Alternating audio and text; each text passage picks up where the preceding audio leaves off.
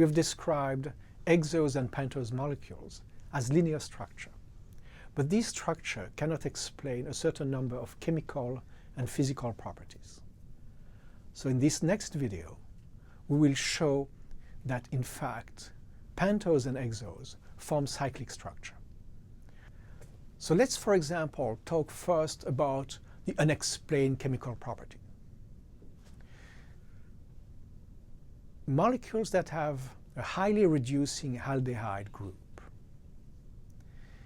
are characterized by a very specific reaction called the Schiff reaction. In this reaction, a reagent called the Schiff reagent has been first discolored with sulfur dioxide. And when placed in the presence of an aldehyde, this Schiff reagent is recolored and turned pink again. Now, if a molecule of aldose is linear, we expect to see one free aldehyde group, and we expect that an aldose will recolor the Schiff reagent. In fact, what we observe is that an aldose fails to recolor the Schiff reagent, suggesting that the aldehyde group in an aldose is masked inside a cyclic structure. Now, what about unexplained physical properties? A linear molecule of D-glucose, for example, should exist in one form and have a unique set of physical properties. For example, a unique melting temperature and a unique degree of rotation of polarized light. In fact, when two distinct methods are used to chemically synthesize D-glucose, you obtain two forms that differ by their melting temperature, 146 degrees versus 150 degrees, and by the rotation of the polarized light, 112 degrees or 18 degrees.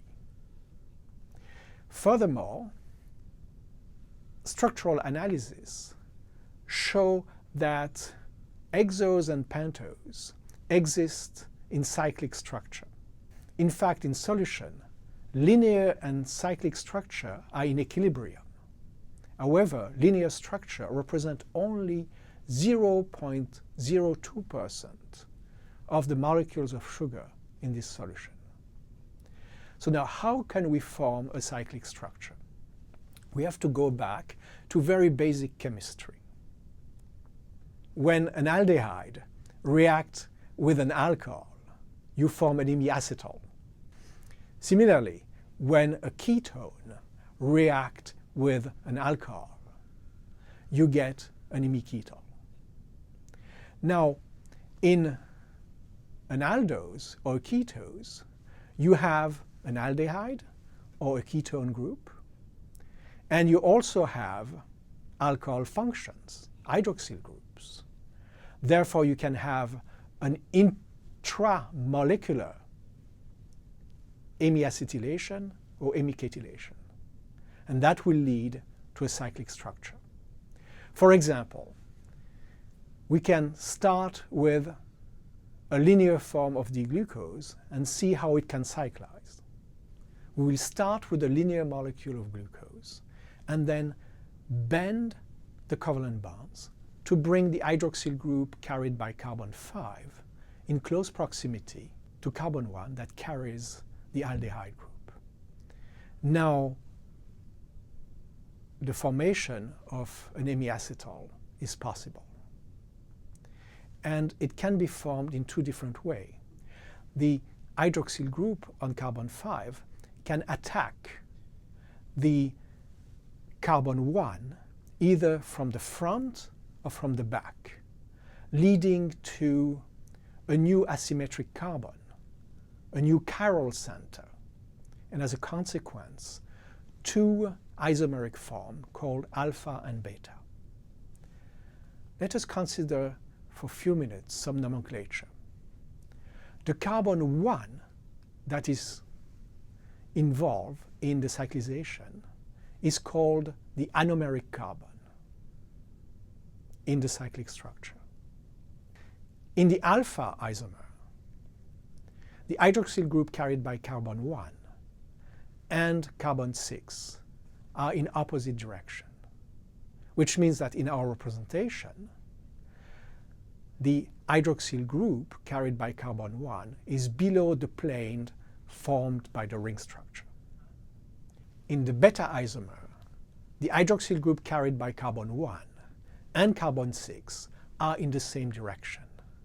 That means in our representation of the beta isomer, the hydroxyl group is above the plane formed by the ring structure. Now we can go back to this difference in physical properties and can understand them now, because one method of synthesis leads to the alpha form of D-glucose, and the other method leads to the beta form of D-glucose. And these two isomers have slightly different physical properties. Can ketose form a cyclic molecule? Yes. Remember that they can form an hemiketal. So for example, in a pentose, the carbon 5, or the hydroxyl group carried by the carbon 5, can react with the carbon 2 that carries the ketone group to form a cyclic structure. In this case, the carbon 2 will be defined as the anomeric carbon. Now, you can form a large variety of cyclic structure. For example, you can form hexoaldose, pentoaldose, hexoketose, or pentoketose. So all of these molecules, all of these hexos and pentos, whether they are aldose or ketose, can form cyclic structure. Now, if we look at the structure of the ring, we can see that we have two different types. One that contains 6 atoms, 5 carbon and 1 oxygen. And this ring resembles the structure of a molecule called pyrene. And then we have a ring that contains 5 atoms, 4 carbon and 1 oxygen, and this structure resembles the structure of furane. So we can have a new nomenclature. For example, alpha-D-glucose has a ring that resembles pyrene, and we can call it alpha-D-glucopyranose. Or ribose, beta-D-ribose, has a structure that resembles a furan, and we can call it beta-D-ribofuranose. So why bother with a new nomenclature? In fact, this nomenclature is more informative because it takes into account the structure of the ring that is formed. And that is important when the same molecule can form two different ring structures. For example, glucose can form a stable alpha-D-glucopyranose and a less stable alpha-D-glucofuranose. Now we've described so far the ring structure as planar structure.